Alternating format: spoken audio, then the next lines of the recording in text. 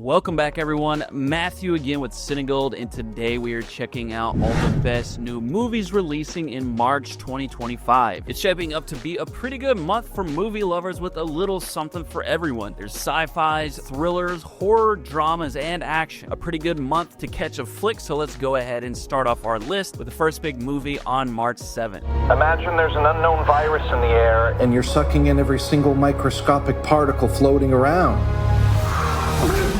The first movie on our list is one of the biggest releases of the month, Mickey 17. This is Bong Joon-ho's follow-up film to 2019's international smash hit Parasite. Mickey 17 is adapted from Edward Ashton's sci-fi novel Mickey 7 and follows a disposable clone who is sent on a dangerous mission to colonize an ice planet. Every time he dies, he is replaced by a new version with his memories intact. But things get pretty crazy when one of his past iterations refuses to die. Mickey 17 features a pretty solid cast including Robert Pattinson, Steven Yeun, and Mark Ruffalo. It will release in theaters on the 7th. Up next is the Steven Soderbergh spy thriller film Black Bag. Who's the suspect? Your wife. I can feel when you're watching me. Sorry.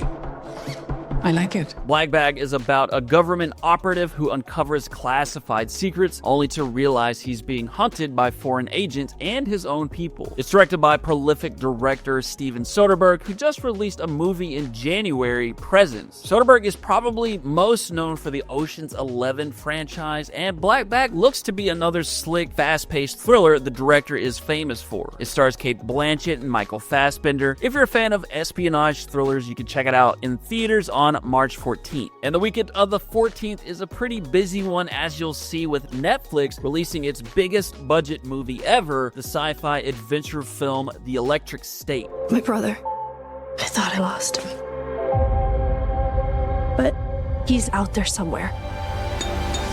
The Electric State is being directed by the Russo brothers, who seem to always get a massive budget for their films. They are most known for the Avengers and Captain America films. Their latest, The Electric State, follows a girl, an eccentric drifter, and a mysterious robot as they journey across the American West in the aftermath of a robot war in search of the girl's missing brother. The Electric State has a $320 million budget, making it easily the biggest in Netflix history and one of the biggest in movie history. Netflix is banking big on it. We'll see if that bet pays off when it releases for streaming on the 14th. Next up is an action comedy thriller called Novocaine. Heads up!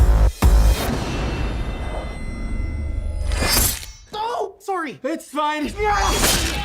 Novocaine is about a mild-mannered bank executive who cannot feel physical pain. When his girlfriend is kidnapped, he uses his unique condition to rescue her, turning it into an unexpected superpower. Novocaine stars Jack Quaid, who I just found out is the son of Dennis Quaid and Meg Ryan. Looks to be a decent action thriller film. You can check it out in theaters on the 14th. And one more thriller film drops on the same weekend, A24's Opus.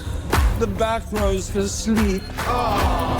But the front row's ready to rage. Opus is a psychological thriller about a young writer who is invited to the secluded estate of a reclusive pop star, but she soon discovers a cult-like atmosphere where admiration turns into something more sinister. Opus stars Ayo Edebiri, John Malkovich, and Juliette Lewis, and releases in theaters on March 14th. If you're a big fan of new movies, make sure to hit the subscribe button, because I bring you a new top 10 list every month of the best new movies you don't want to miss. Next up is the true crime drama The Alto Knights. You want to be like them?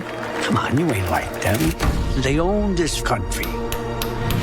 They're bigger gangsters than we ever could be.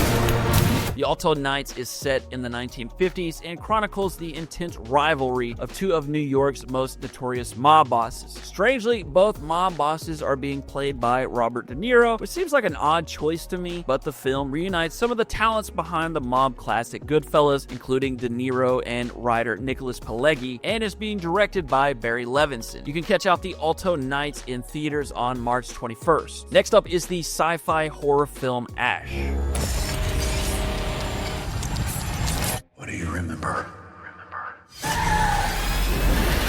A woman wakes up on a distant planet to find her crew murdered, but when a supposed rescuer arrives, she must determine whether he is her savior or part of the nightmare. Ash stars Eiza Gonzalez and Aaron Paul, and will release in theaters on the 21st and will be available for streaming on Shudder sometime soon after. Then on the 28th, Jason Statham drops his next action flick, and it's called A Working Man.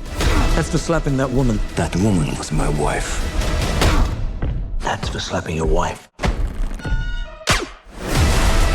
A Working Man is about a Royal Marine turned construction worker who discovers his boss's daughter has been kidnapped, forcing him to unleash his deadly skills to rescue her. Looks to be your pretty standard Statham film, and it's also being directed by David Ayer, who directed the 2024 film The Beekeeper, also with Statham. Working Man is scheduled for a theatrical release on March 28th. There's also a new horror film releasing on the 28th called The Woman in the Yard. Today's the day.